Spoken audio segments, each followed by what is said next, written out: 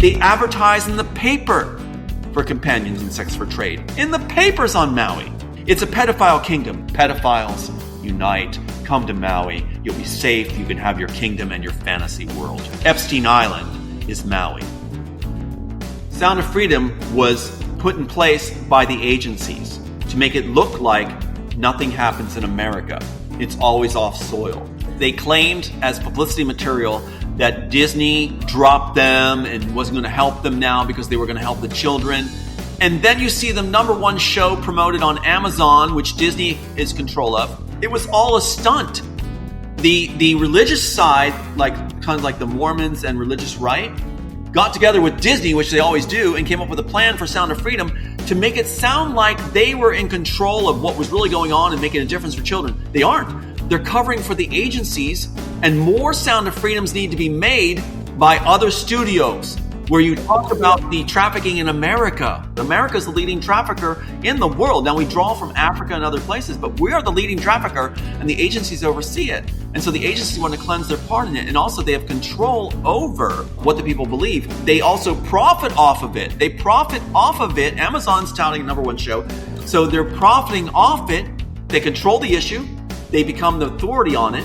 They release what they want while cleansing out the rest, just like they want to do with my story.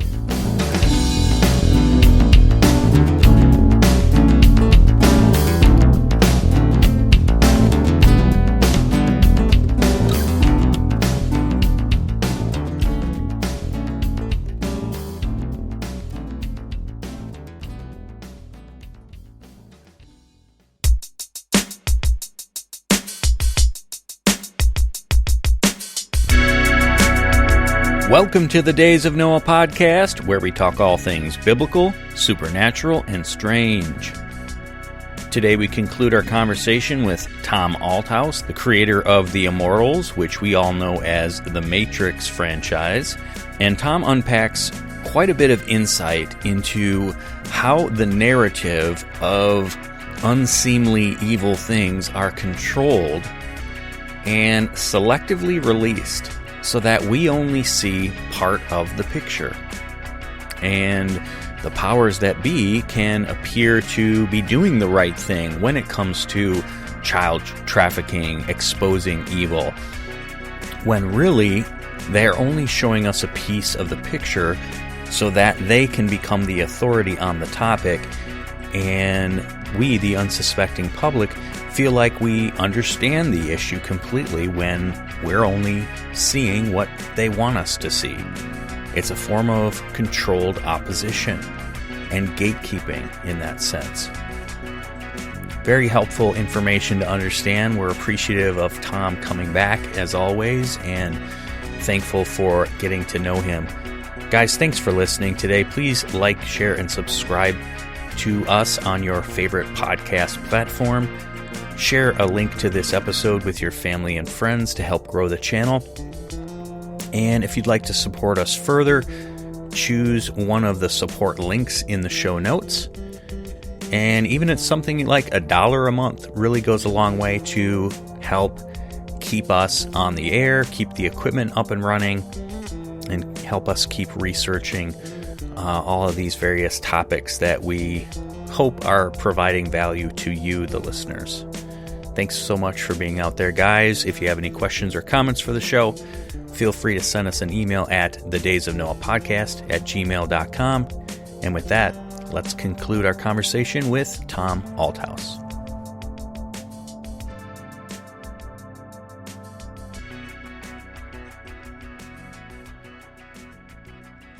This free flow discussion we're having here is one of the best I've ever had in hundreds of shows, where the chemistry, it's connecting. It's all being shown. And the only way you can do it is it has to be served as one meal. It can't be served as, let's just look at the dessert. You got to look at the full picture to understand the full picture. So picking up kind of what I was saying was with regard to, it was interesting you were mentioning about the possible British Empire still kind of running the show in America. Yeah. And I think you can definitely point to things like the Council of Foreign Relations, Bilderbergers. There's definitely a higher group or groups that are running the show. It's not just our elected officials for sure. Right. But one thing that came to mind is something that I heard about in this past year, that even the American Revolution, okay, even the Declaration of Independence, the Constitution, what they wrote into that gave themselves the language to usurp control later on. Yes. That it wasn't just, oh, we're breaking away and here's this new nation rebelling. It's also the Freemasons in control at the time were able to use their influence and set these time bombs, if you will, that down the road, the banking system and everything could continue to take control of this new land. That is such an important point, Pete. So important. You could write a paper on that, a doctorate dissertation, because what you have here is, look who's actually orchestrating the Masons. And what is the Masons? What are they focused on? Unity of the brotherhood, where it crosses all national boundaries, a one world society where the elite take care of each other. Sound familiar?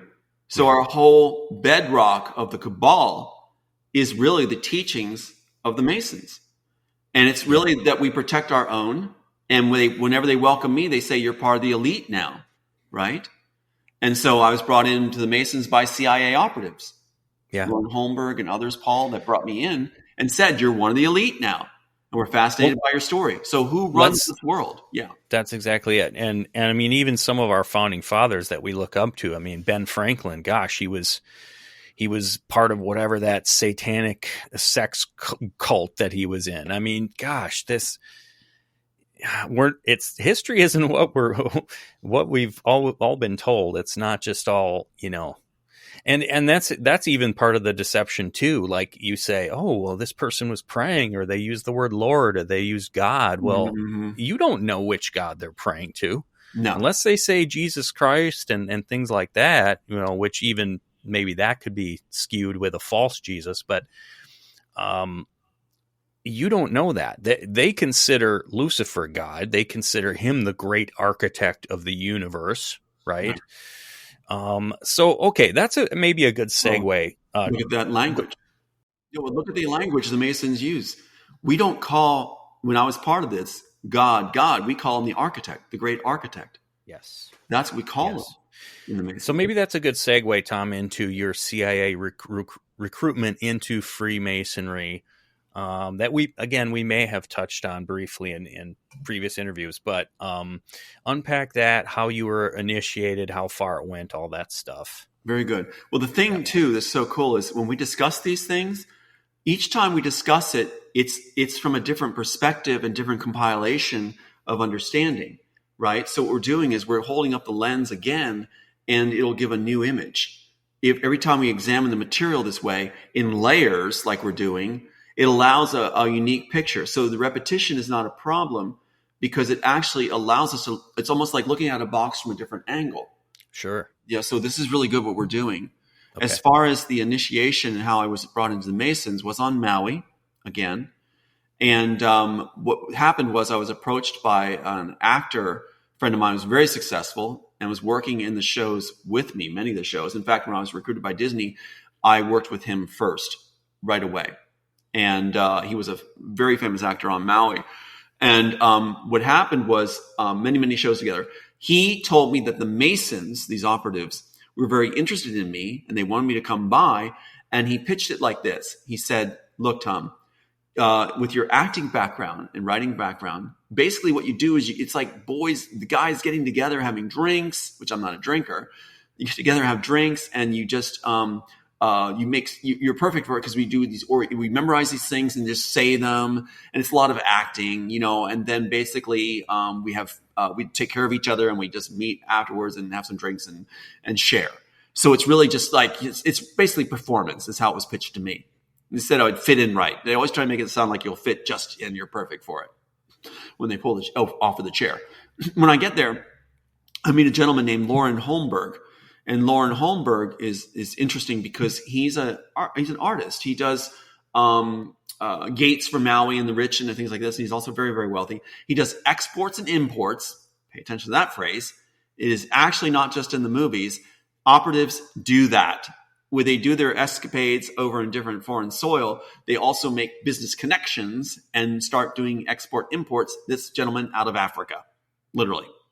So he had told me all the atrocities that he saw Lauren Holmberg did when I was brought in. He said he would be mentoring me.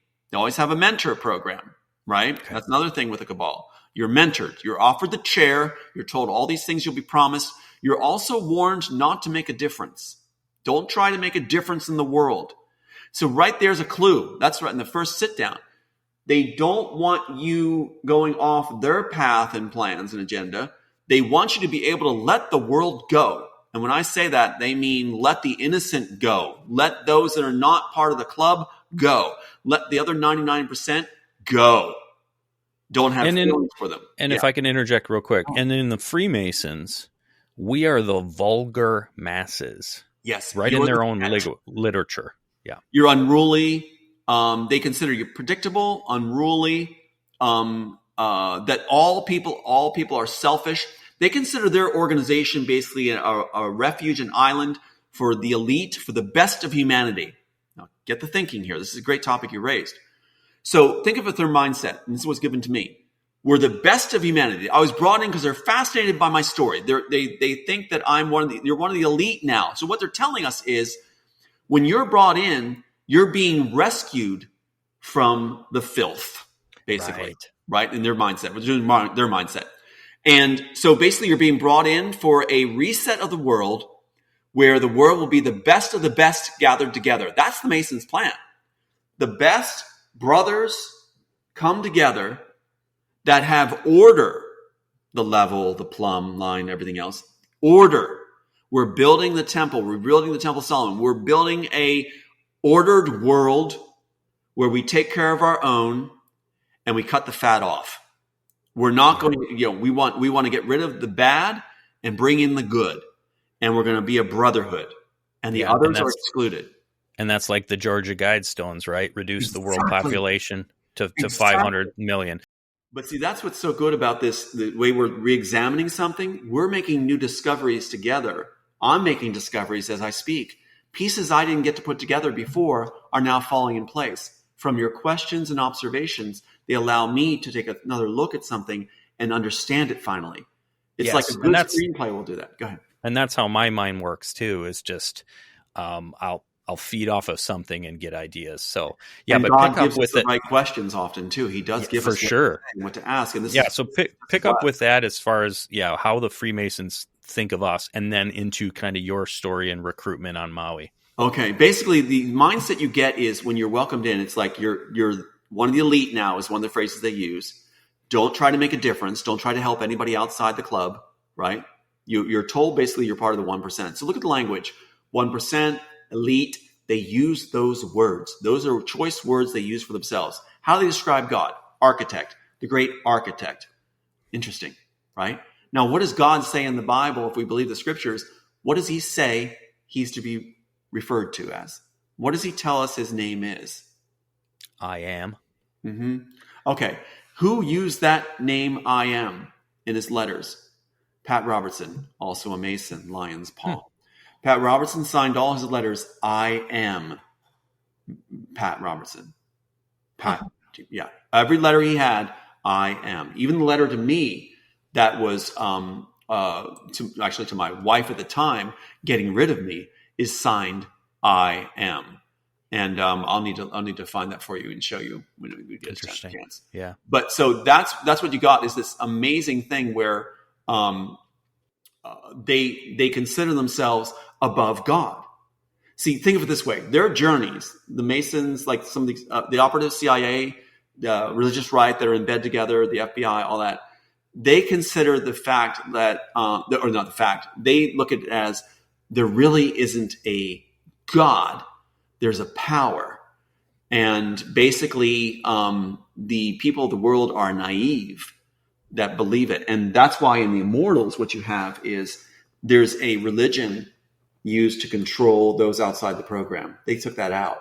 There's a religion orchestrated by the architect that's allowed and enabled, and he chooses who leads it. to mislead the people so they do what the architect wants. And that's part of that's part of his tactic to controlling free will. Isn't that something? And that's how he gathers everybody at the stadium later, have them come out by using the oracle to gather them. The whole richness of that was taken out of how you solve the balance the equation, how you balance the equation, which is how you get people of the world to give over their free will. They use religion to get people to give over their free will. Yeah, and it's interesting too. I'm drawing a blank on again these free flow of ideas, but someone I've been listening to more recently talking about, it's just insane to think that the finite can become the infinite, as maybe it's Russ Disdar's teachings, Luke, but yeah, as you're talking about that, they're denying the infinite God, right? And they're putting all their focus on the finite because, let's be honest, there's a lot of power out there. There's a lot of occult power. There's a lot of demonic power. Yes. And if you subject yourself to that and go through those rituals, okay, yes, you're going to gain those, and it's going to look very impressive. But that is focusing on the finite and denying the infinite. There's no match. Exactly. It's like you go to certain areas too. Like you said about, let's go back to Maui again one more time. What was it about Maui? Look, I think you asked that, something along that line, I believe. Why Maui? Why Lahaina? There is a feeling you get on the islands of an energy. It's just like, it's amazing. You go to certain places that are sacred. You can feel it.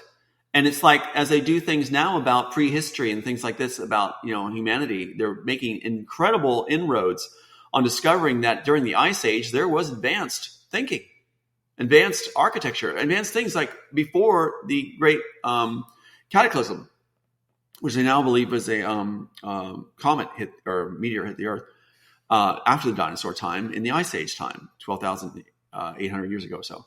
So what you have is this idea of, oh gosh, I just lost my train of thought. I just lost the train of thought. My trains collided just for a moment here. Take me back to where we were going, and I'll go back again. That's the problem with layered things. So you were saying again, connected to Maui and CIA and yes. Freemasonry, the energy of a certain place. They're very attuned to the spiritual relevance. At least they are attuned to that, if not actually feeling that power. So they know that it's important to people. That's one thing we know they know. Do they actually feel the power of that place that others pick up? Maybe. And that makes it doubly scary, because that means that they can sense the energy, evil can sense the energy of what's really good and target those spots. And they targeted that spot. Lahaina was basically the sacred tree from Avatar.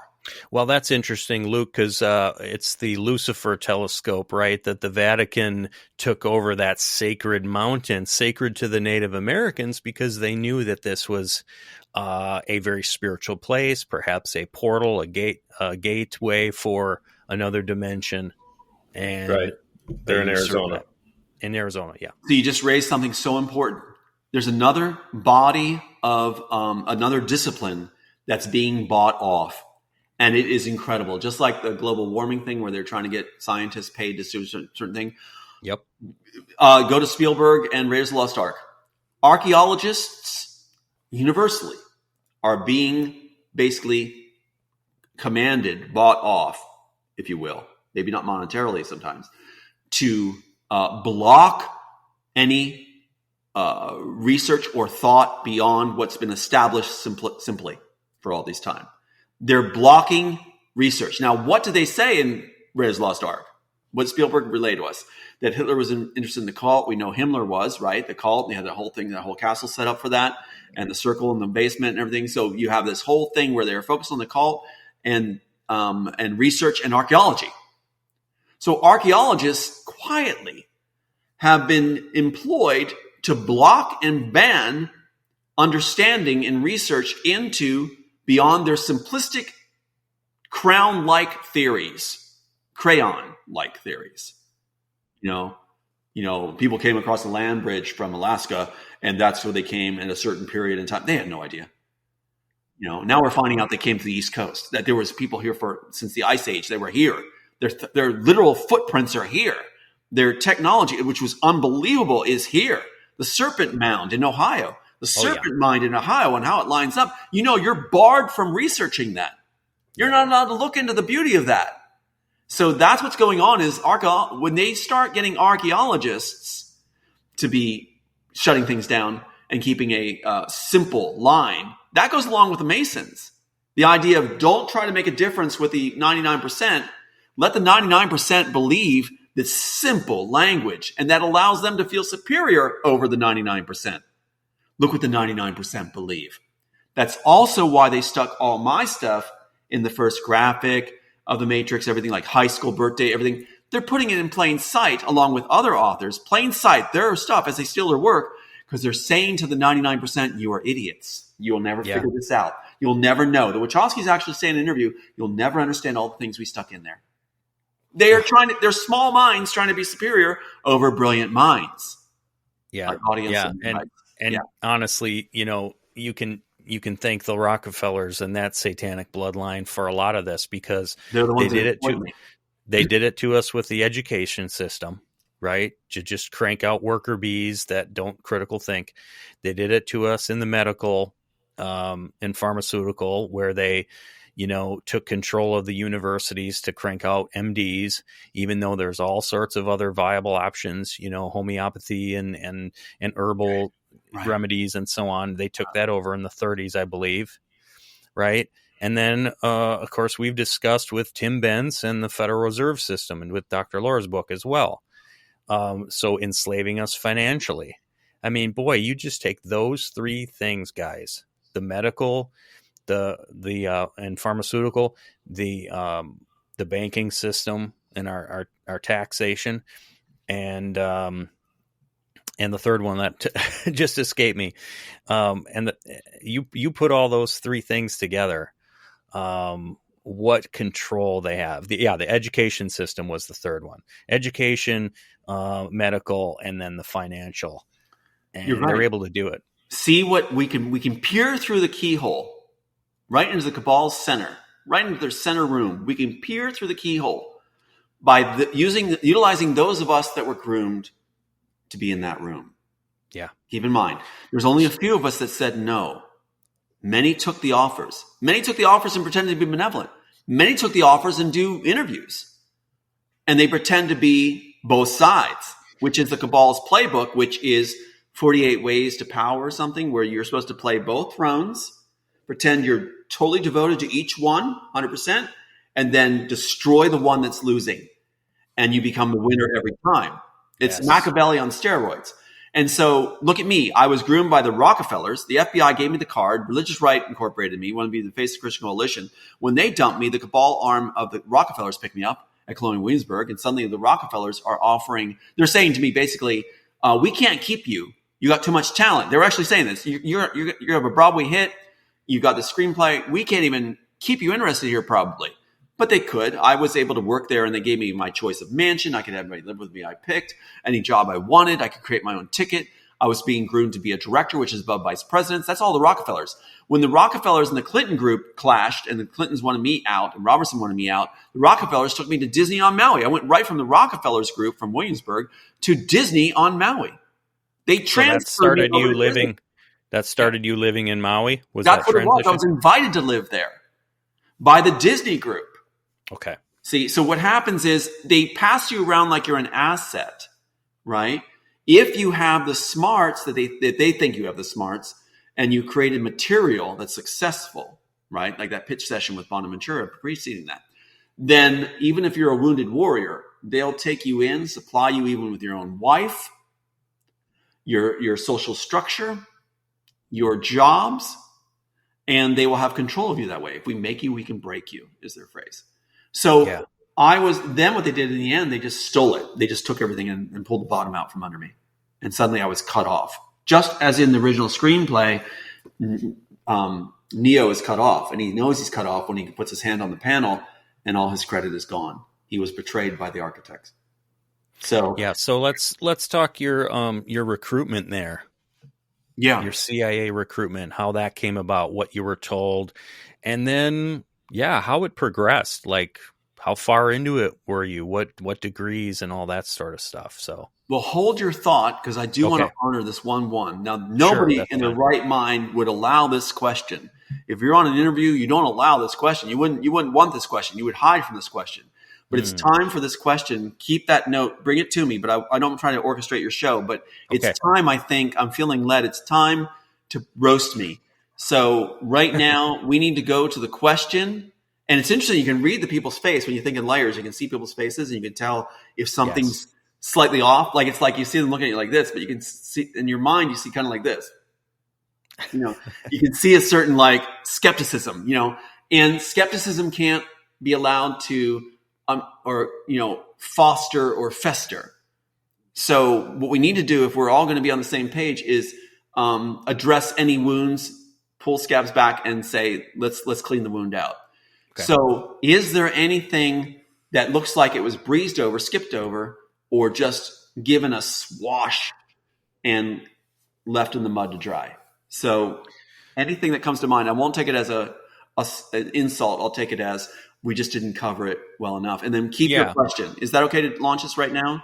No, that's fine. And nothing comes to mind at the moment, but as we go through and we hit a lot of different interconnected rabbit trails, those things will come up. I'll be sure to interject with those. Because what we're doing is we're protecting the chinks in the armor. We're putting the armor back up for God, basically, I believe, where we're not allowing our shields to have dents or things in it. One question that I feel led on right now that's coming to me right now is if God doesn't let us get away with, skirting by, those that actually believe that actually are, not working with the cabal where you have to give up your faith, we will introspect and try to make sure we have things right and are clear and clean.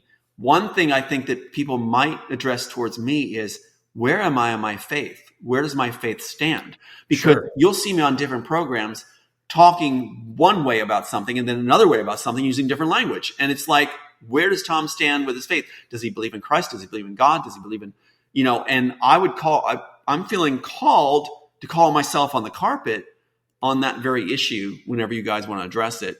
Because if I'm to be a mouthpiece for what God is relaying in our world, I need to be accountable and not let gray spots out there where people go, sure, what's this guy? Yeah. But anyway, well, go ahead and I mean, feel free to be as raw as you want to be on that point, and then let's get to the recruitment for Freemasonry as much as you're comfortable sharing. Sure. Well, let's go right to your point then, and we'll have that whenever you want to bring it up. We'll bring that up. Yeah, that sounds good. Okay, so let's go to the point. I just wanted to make sure that was available to you and Luke.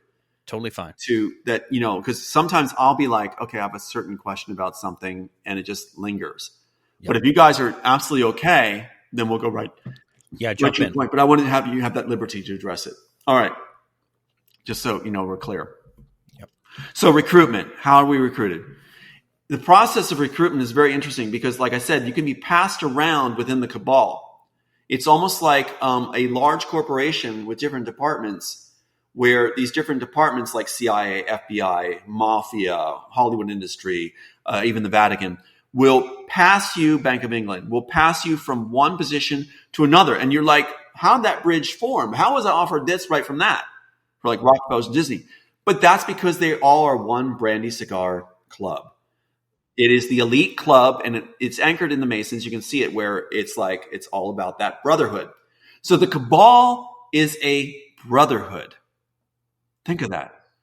And so I'm passed from one brother to another. What does that sound like? Does that not ring the bell of child trafficking? Yeah. Adult trafficking? So what you have is we are passed from one brother to another, one organization to another, that the cabal is a brotherhood, and the Masons talk about brotherhood. Think of it that, conceptualize it that way. You start to understand their moves and why these things happen. How do they do it? How was I enticed to Maui? What they do is they bring up people that are related in your sphere of reference and interests approach you. They have many different people in the cabal. So they'll bring successful people in your area of discipline to come to you, because it's more enticing, they believe, to invite you to the next area, to the next organization's control. They won't tell you exactly that that's the organization doing it, like Disney, in this case on Maui, from the Rockefellers. So there was this role that happened at the Rockefellers group where the Clintons threw a fit and didn't want me there anymore. And they had Pat Robertson's organization didn't want me there anymore, and they wanted me destitute. So the Rockefellers did a change up where I worked at the Cedars bed and breakfast, a very exclusive, high end bed and breakfast managed by a CIA operative. His name was Paul. And he even told me, he always used the same phrase, just sidetrack, I think it's a personal interesting note, is he came up to me one time when I was there at the Cedars, gave me that job right out of the Rockefellers when the Rockefellers were being contested.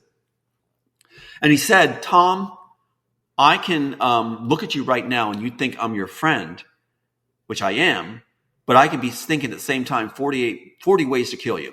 He actually said that, 40 ways to kill you. So it's sort of a boast, but he's saying that he's also indoctrinating me towards be careful, because we who are your mentors are actually able to mislead you anytime we want. It's like grooming a child to become your business in your business. And they were misleading you, right, Tom? Because a lot of these promotions and transfers of your living locations and responsibilities was appeasing you and putting the wool over your eyes when they were stealing your manuscript, right? Very, very good, Luke. Yes, because what they're doing is they're running out of statute of limitations. They're running out on certain points. At this point in time with Disney, as you're saying, what they're doing is they're keeping me on a block where they can do their dirty work behind the scenes while making me feel I'm part of the club. Absolutely right. Which adds another level of interest and importance to that phrasing being given to me at that time by Paul, right? So at the Cedars, bed and breakfast, which you can see in Williamsburg. So then from the Cedars, I'm sent to Maui. Now, how am I getting there? It's not a cabal. It's not the Pope calling me up and going, okay, we're going to transfer you over to Disney and you're going for the Rockefellers because the cabal needs you there and we're a brotherhood. They don't say it that way, do they? Mm-hmm. What they do is they have somebody who you look up to contact you. And in this case, it was Kaylee Rochelle. Now, Kaylee Rochelle had a partner named Fred. Fred had ties back to my family. Out of the blue, Fred contacts me on the behalf of Kaylee Rochelle. Look up Kaylee Rochelle. He is the top, one of the most beloved singers of all time on Maui, where slack guitar and artists are the main voice, basically, of that indigenous people. They're the ones that forefront, like Iz and others, Brother Iz, to at the time, to get rights reinstated for the indigenous population. So it is the music industry that has the real power to be the voice of the Hawaiian people. All right. So that's who's calling me, a revered elder who is very successful. And what are they saying to me? I love the question you ask, because you examine it this way. We're now seeing part of the playbook. Approach you with somebody that you respect in your field, who you would want to follow, who is giving you these kind of promises. Let's go to the promises. Okay. We want you to come to Maui. We want you to be able to throw your arms in the air and just rejoice. We want you to be successful as we were successful.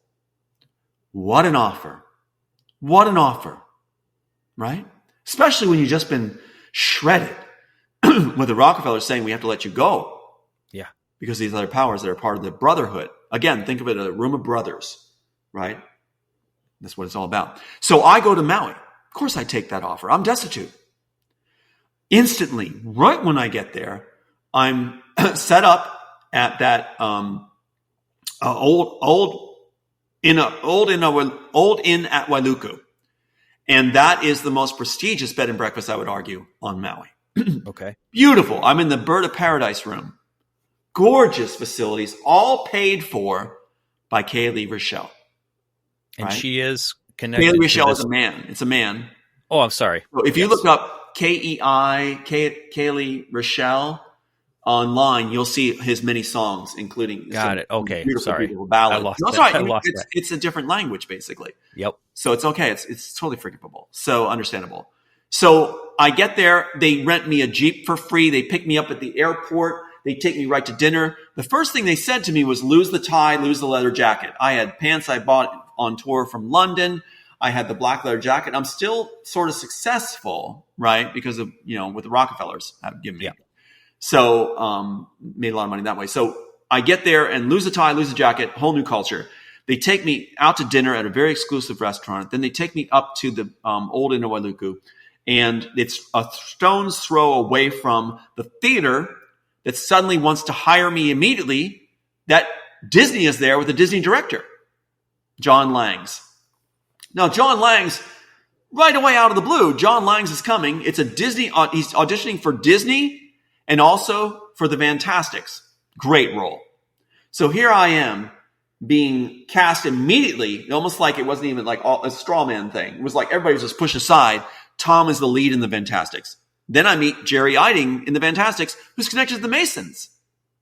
So in 1 week, I'm on Maui, picked up at the airport by the most successful artist, I would argue, on Maui. I would get a lot of flack, but in my mind, my heart. And with his partner, Fred, we're taken to the best place to stay, in my mind, that beautiful. That's where I heard about the real estate people were there. The rich real estate people were staying there also.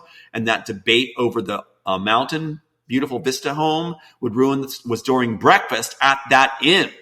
That's what I heard right away what was going on, right? At that inn, because by the wealthy people coming in from California that were sharing the breakfast table with me at that facility. A stone's throw away from the theater that's going to hire me to do shows. They give me an administrative assistant position so I can just do shows. A cushy job is another, I would say, Luke, another sign of the cabal's handling is cushy jobs that you don't have to put much effort out. You're just enjoying yourself. It's like you're hired to go to a party every day, right? That's what it comes down to. Paid well with great company, right?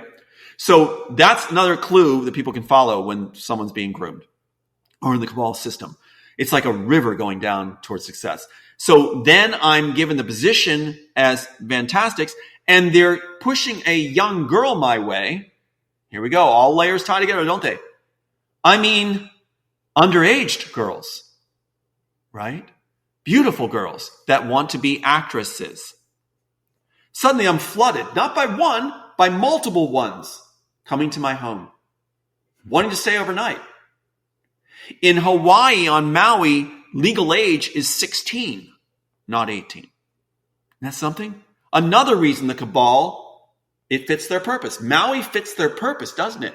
If you have an age of consent of 16, that sure fits what we're talking about, right? What their needs are and what their wants are. Why do you think all these stars are buying up all this property and estates on Maui? Pedophilia is legal, basically, to some degrees. To large degrees. Yeah. You have articles in the newspapers for sex for trade. My honeypot wife that was provided that the landlord was the attorney that was going to throw my case. Her landlord was him. Sex for trade. Many California girls go to Maui and they sleep with the owners and get free accommodations in these beautiful homes. They advertise in the paper for companions in sex for trade. In the papers on Maui. Wow. It's a pedophile kingdom. So, Luke, back to your question of why Maui, why Lahaina, right? You wipe out the children, you get in there, you have your kingdom with the laws set perfectly for you. Pedophiles, unite, come to Maui. You'll be safe. You can have your kingdom and your fantasy world. Epstein Island is Maui. Right. Got it? Yes. Yeah, and they talked about that in Sound of Freedom. Is there's many islands, not just. They didn't specifically talk about Epstein's. And look, we're talking about Maui. It's another island. That's what's so interesting about Sound of Freedom is Sound of Freedom, and I don't mean to ruffle feathers. Sound of Freedom was put in place by the agencies to make it look like nothing happens in America. It's always off soil. Yeah, because I've heard because there's some connection to like a mafia Disney's boss. in there too. Disney and mafia. Yes, yeah. Disney and mafia. And they actually, they use this argument. Oh, go, sorry, finish your thought, Pete.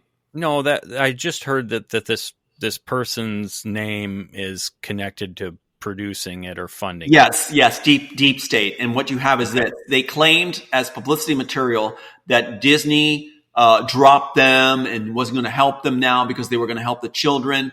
And then you see the #1 show promoted on Amazon, which Disney is control of, being the #1 show, being touted now. It was all a stunt.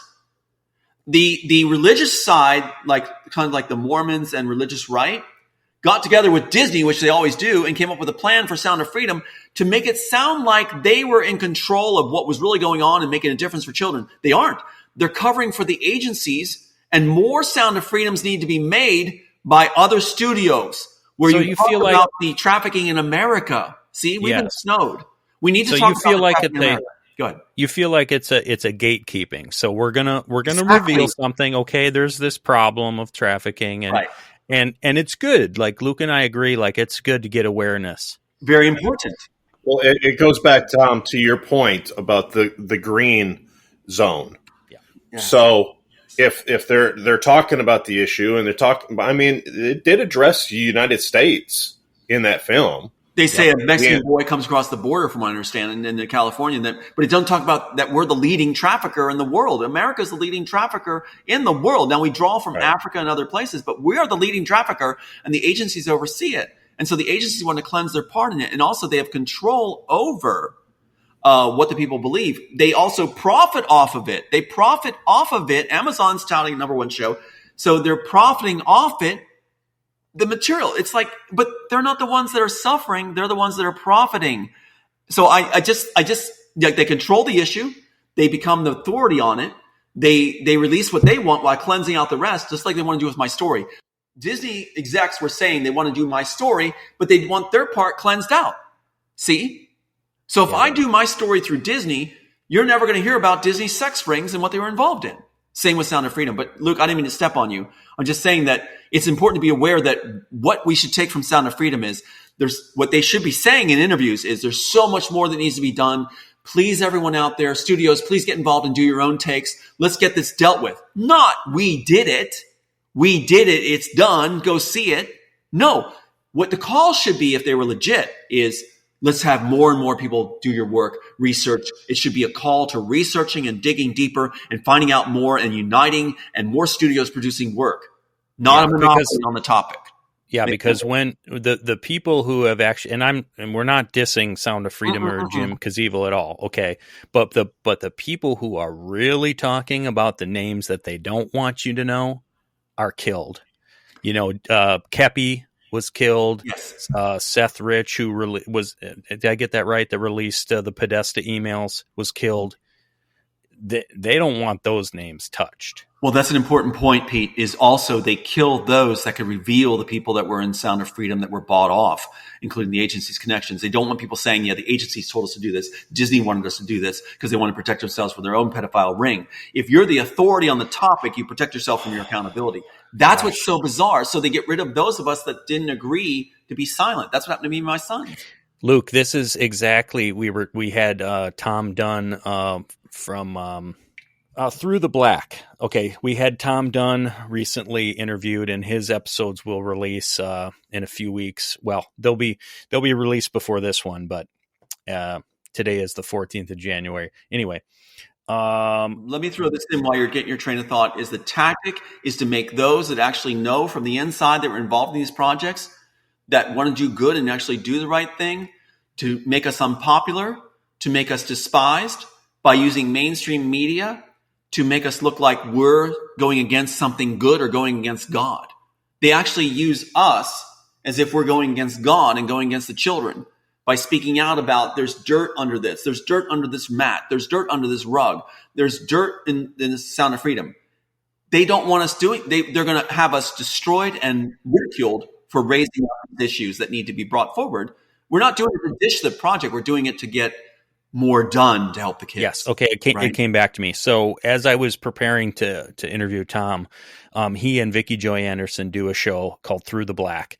And in one episode, they were discussing how this 40-some-year-old book on Satanism that nobody remembers because it's so old, that there's like a recent documentary that people made about this to try to control the narrative about it. And both he and Vicky were scratching their heads going, why would they bring this up? If they just want to bury this issue, why bring it up?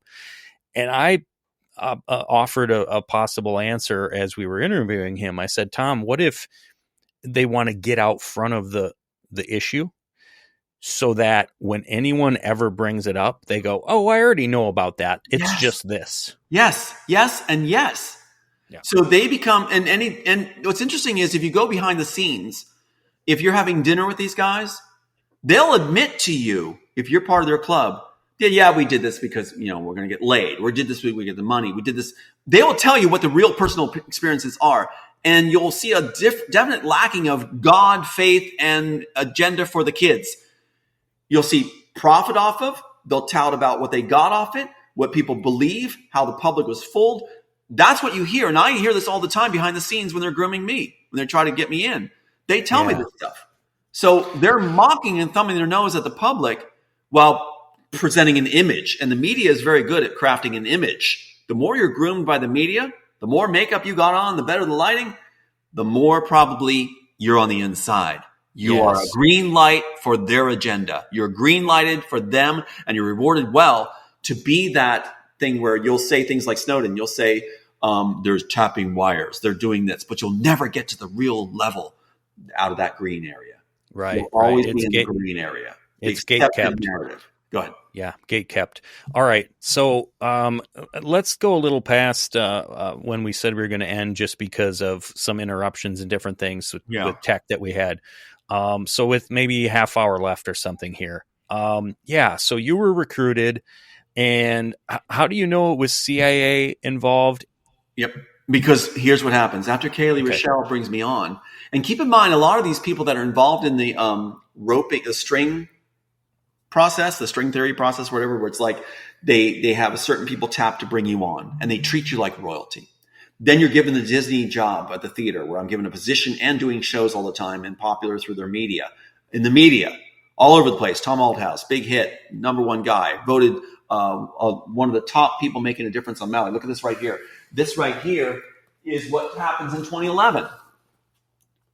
I am selected as top 20, one of the top 20 on Maui. That's a large population for making a difference. The only guy really selected in the arts.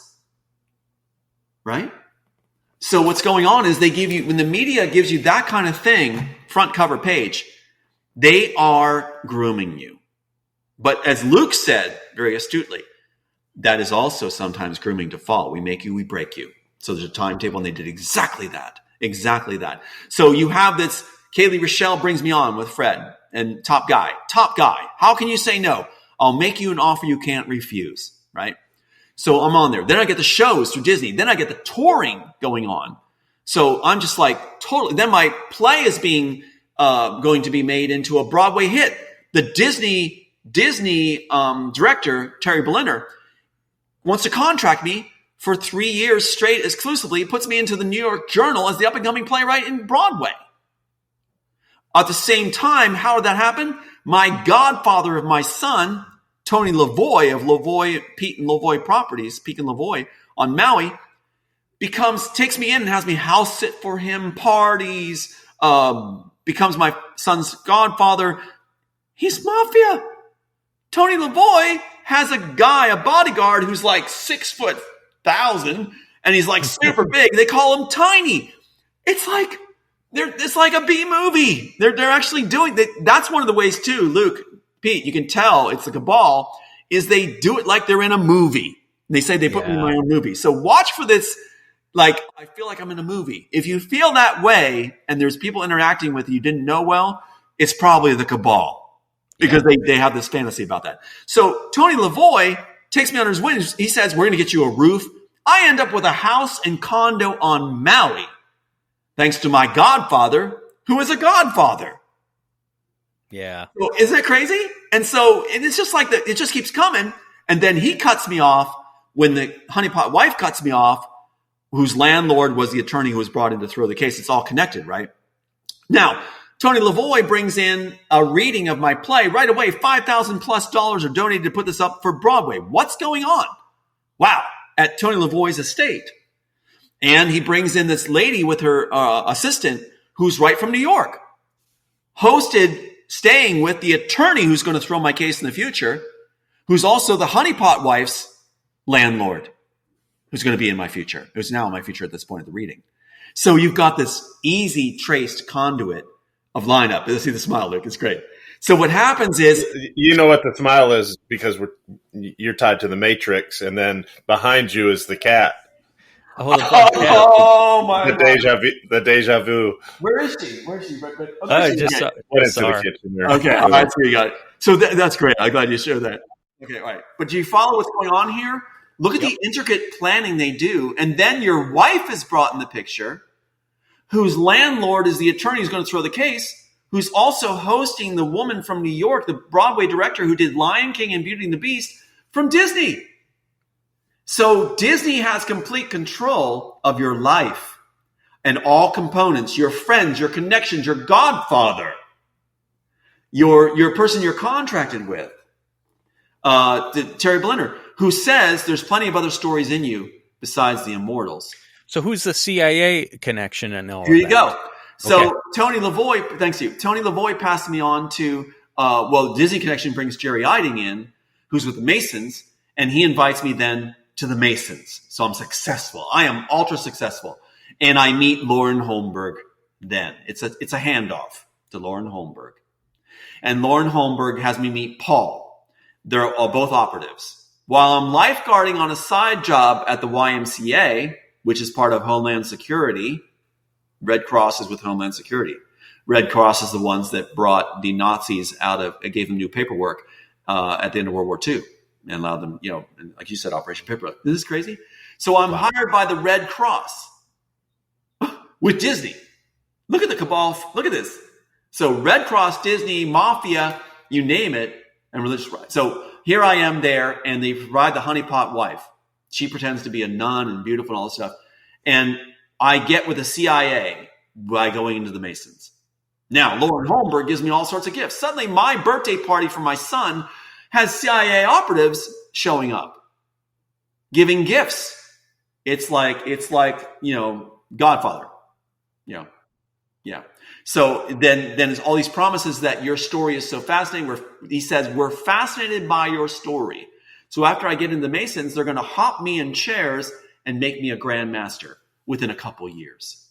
Yeah. Okay. So can you dive into your Freemasonic experience, if you don't mind? No. And if you're uncomfortable at liberty, yeah, is that all right? I can't say certain things because there are some people that are actually good that are roped in there. And but what's interesting is, what's so sad is Kirk was killed Masonic style. Yes, I know you said and that. That's the Masons. So they already took my son. They already took him.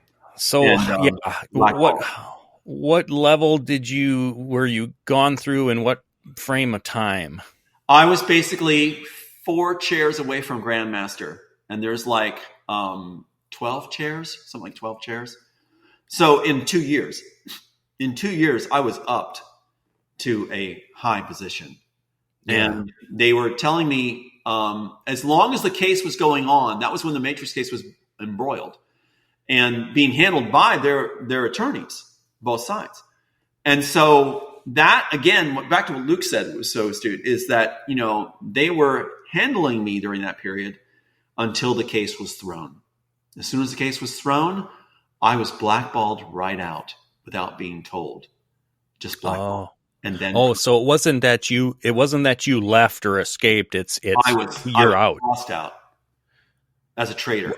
What level is, because I know there's different variations, but we hear of like the 33rd degree as the highest, but isn't Grandmaster much lower than that, or am I mixing that up? No, I believe that you can be 33 Grandmaster, but there's also Scottish Rite, which means that you can go on to even, they call it higher levels of enlightenment. And so they had me buy my ring and my hat and everything else. I never used it, because they blackballed me before I was there. So they had me purchase that. So they were going to move me up. But Lauren Holmberg said, you're going to have information that's going to blow your mind. you're going to be so blown away by how the world really is. Sounds like the Matrix, the Immortals. Oh, yeah. So, yeah. So that's what he was promising me. And when I was lifeguarding, a gentleman came up, and he was a very interesting guy, a European accent. He said to me, he just comes up to me at the lifeguard stand at the YMCA in Wailuku, Kalalui. And he comes up and he says, there's 12 families. And he's one of the 12, that he was actually a European rock star, he called himself, and then was recruited.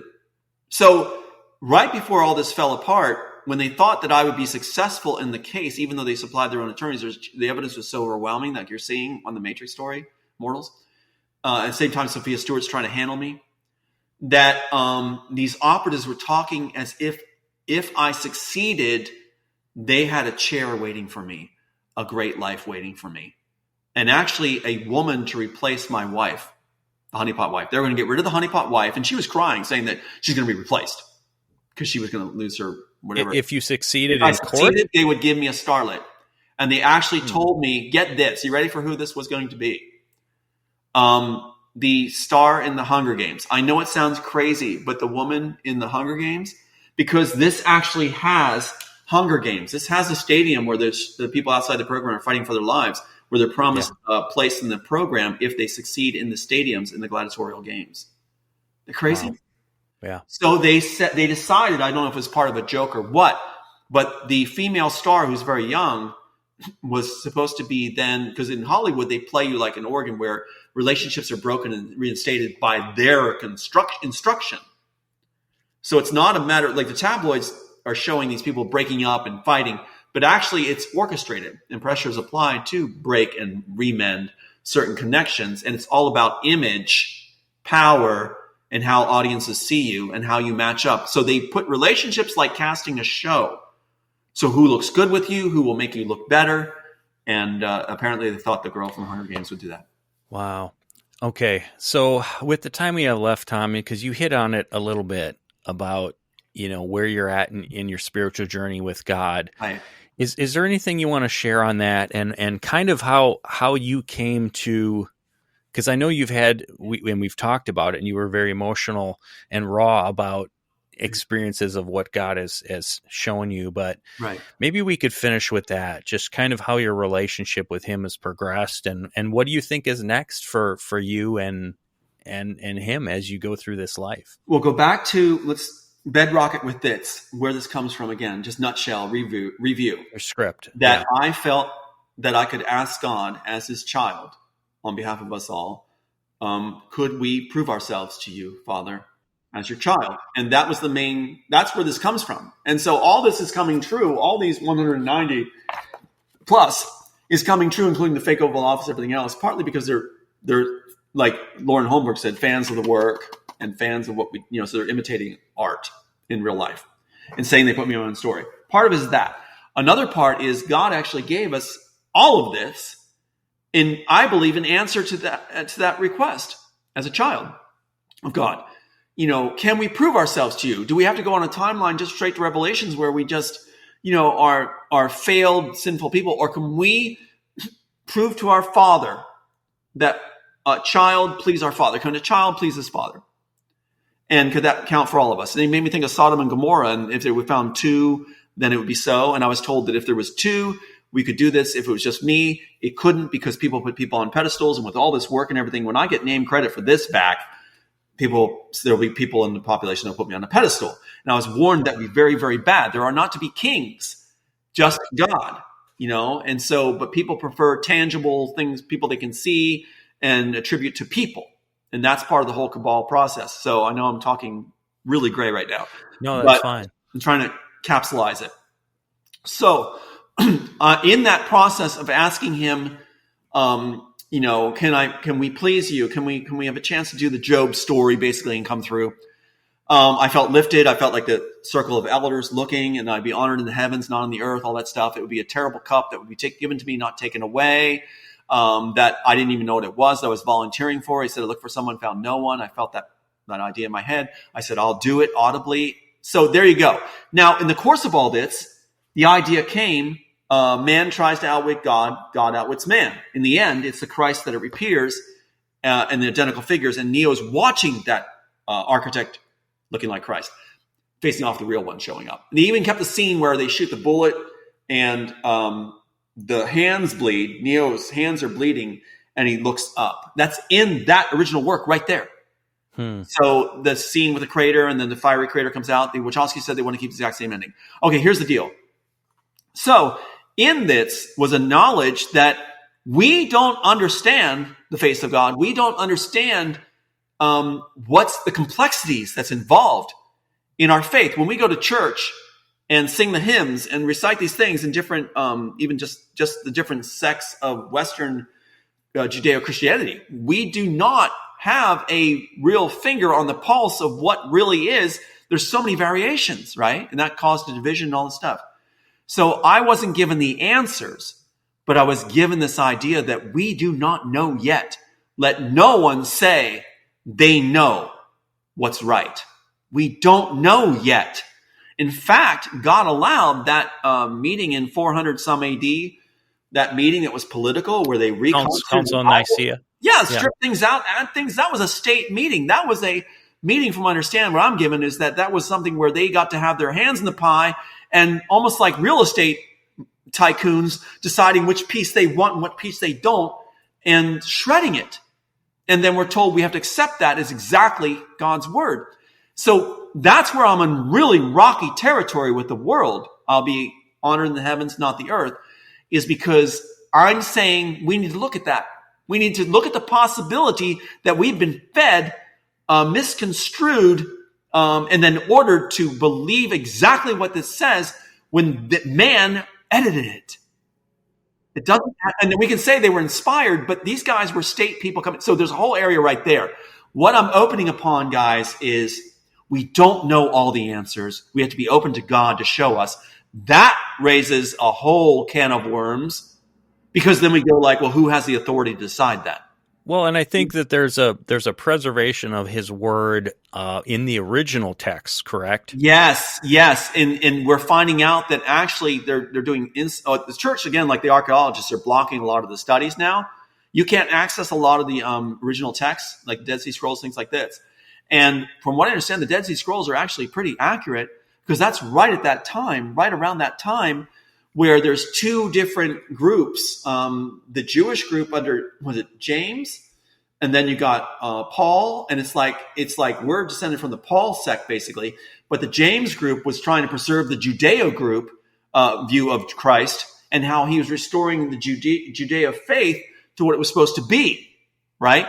And so there's these offshoots even right back at the start. And the Dead Sea Scrolls really will tell us a lot if we're allowed to actually examine them.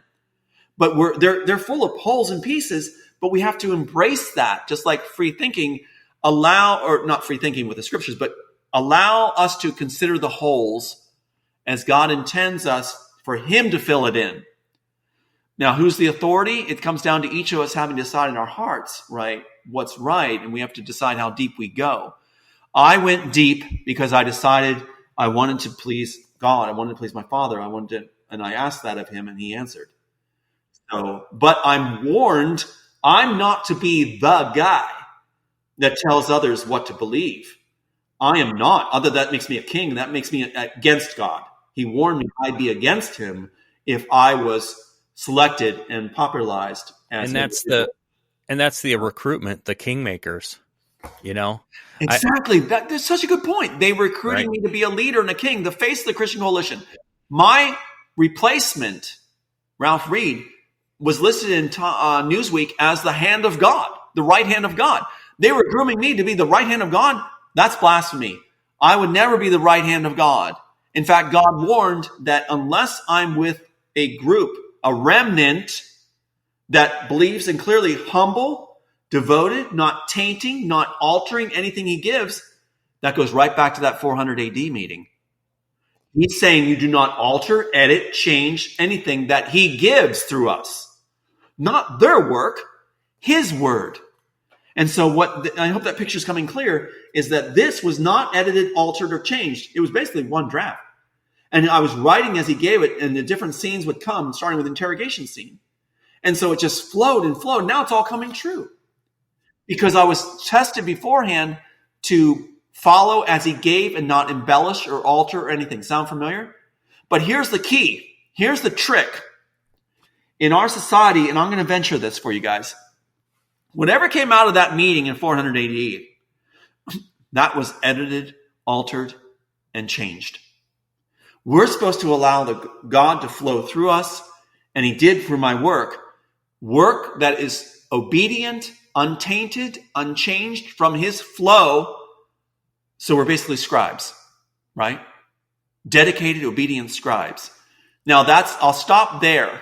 I'll just say, that's where I am. I'm in a nightmare spiritually where I have a responsibility to speak only what he gives me with this regard, but not to embellish, not to add, and not stamp it with a Tom sense.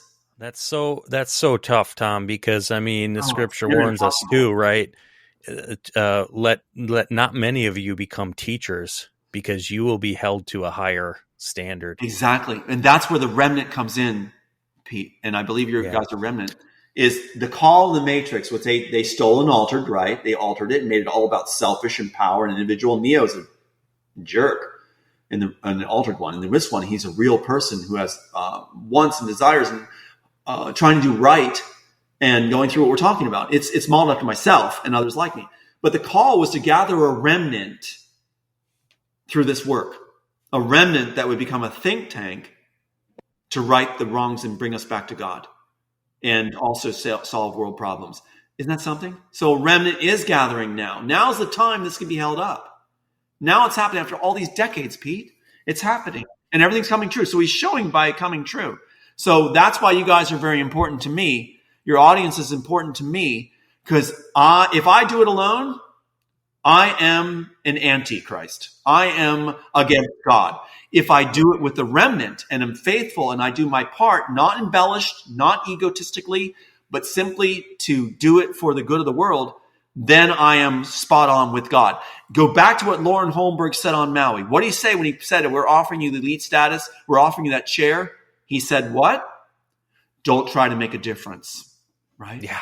Oh, gosh. Tom, you remind me of, it's important. We sharpen each other, right? Because we have to, it's self-correcting as we talk about spiritual things and what these verses mean as we're reading scripture.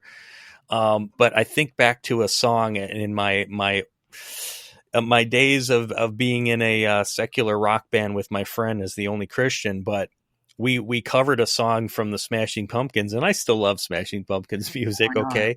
But we covered by the way. Yeah, go ahead. Right. We covered a song as one of our cover songs. We had some originals too, but I never liked this lyric. And at the time I just kind of overlooked it because it was a fun song to play. But he goes, don't be somebody's fool. It doesn't matter what you believe in. Don't be a fool for truth. Wow. Come on. What are you going to stand up for truth? You know what I mean? It doesn't matter what you believe in. What a line.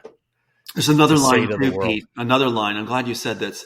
That just gets me. This one song gets me so hard. I don't know if the artist intended it this way, but it's waiting for the world to change. It's like lay back, wait for the world to change. Just lay back, let the chaos go on. It'll right itself. No, it won't. Yes. We have to be involved as God calls us. Now, God is smart, as we know.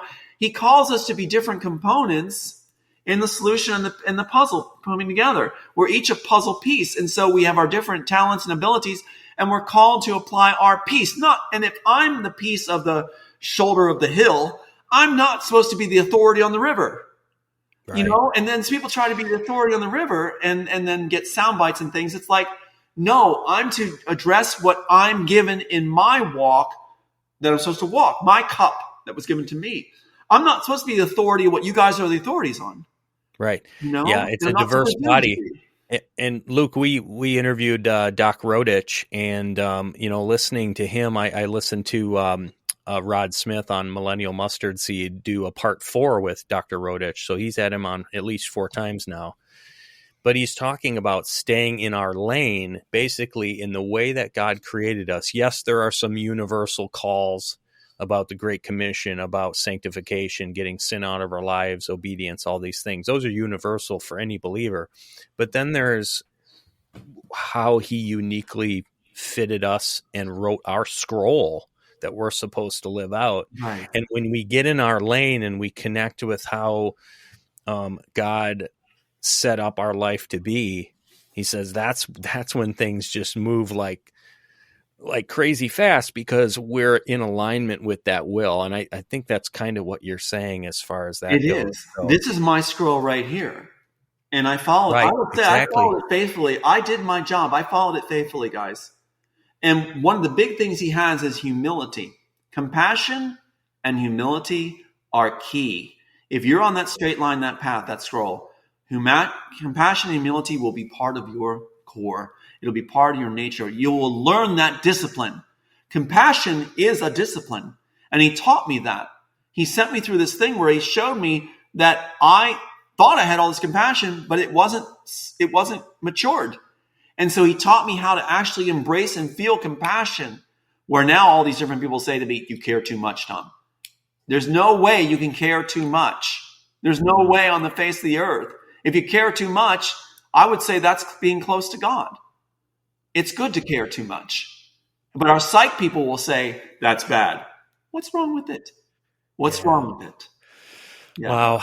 Thanks, Tom. Appreciate your time this morning. Sure. And there's so many different areas of just how this world system works, and peering through all the darkness and seeing those silver linings that God is working. So thanks for your time and all the conversation. I think there's many more things that we could pick up on next time we didn't get to, but any final layers. It's like cutting yes, through there the are mountain layers. and seeing the strata. So we've just cut through the layers and we see the ash layer and everything else and the different time layers. So it was great. Exactly. It was a great overview. Thanks, guys. Yeah. Any final thoughts, Luke and Tom, as we kind of wrap up for today? And you go first, Luke.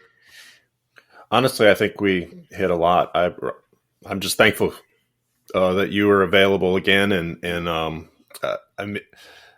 I feel like even with 2 hours, it's like we scratched the surface. Yes.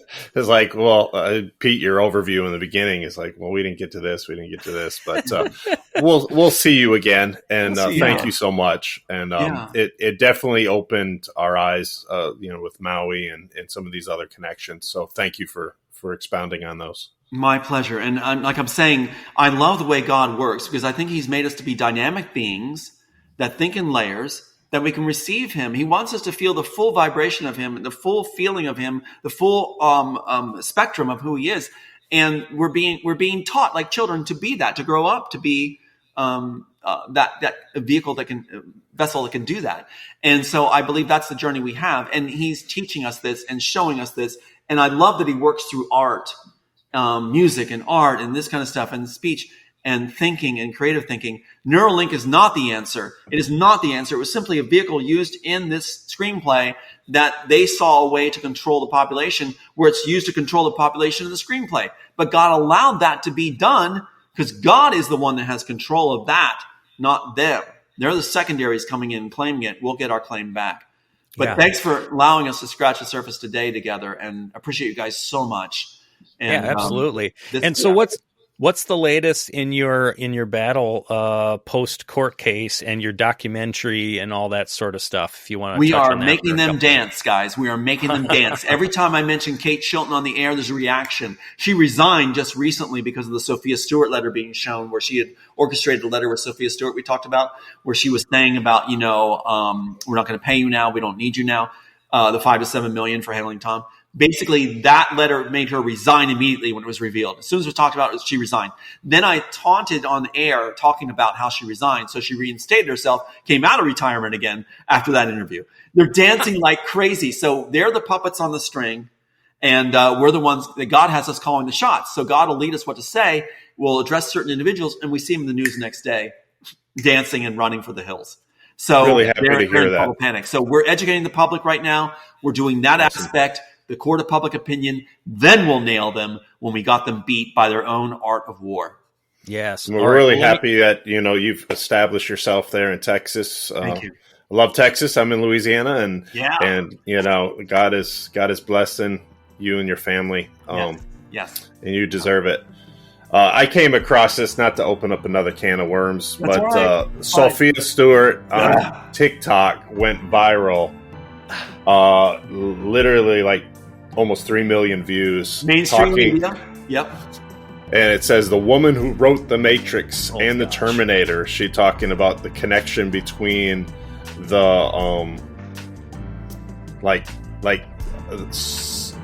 Connor, the storylines. Yeah, yeah, like that, like the mother from Terminator is like, or is Neo is the son or something crazy. I don't know. What? There's not a single similarity. She got 33 pages. 33 pages, right? Not a single similarity. The Kate Chilton letter is already out saying she's out. The Kate Chilton letter says she can claim the title Matrix because they didn't copyright Matrix, they copyrighted Immortals. So she's got to get it. She's got to get it. Interview was, but yeah. So still in the news. So Sophia Stewart, really what should have happened is Matrix 4 should never have been made if Sophia Stewart was the legitimate claimant. And she's out there being so like vocal. Wouldn't she stop Matrix 4 from being made if she actually had the authority and had won?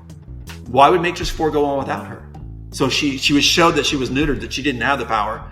And that's why now the mainstream media is bringing her back, because I said she was dead. So you holding that up very interesting, Luke, because I said she was finished because 33 pages does not make a screenplay.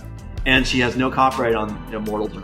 She only got the Matrix trademark because Warner Brothers' Kate Chilton said, go ahead and take it, because we're not claiming that, we're claiming Immortals. And Matrix 4 was made. She's dead in the water. Not one similarity. So here she comes back on with all this viewage. Yeah, it came across my feed, and I was like, wow. Yeah, Kate Chilton hired her. Kate Chilton brought her back to try to make it work now. So they're going to try to treat the public as stupid to bring them back on supporting it to shut us down, because they know we're coming for Kate Chilton legally. Yeah. So, yeah. And all right. Well, thanks again so much, Tom, and we'll have you back and pick up on the next leg of the saga and unpacking this stuff. So perfect, guys. Thank you. Many blessings to you and your family. You too, guys. Thanks so much for your doing. God bless.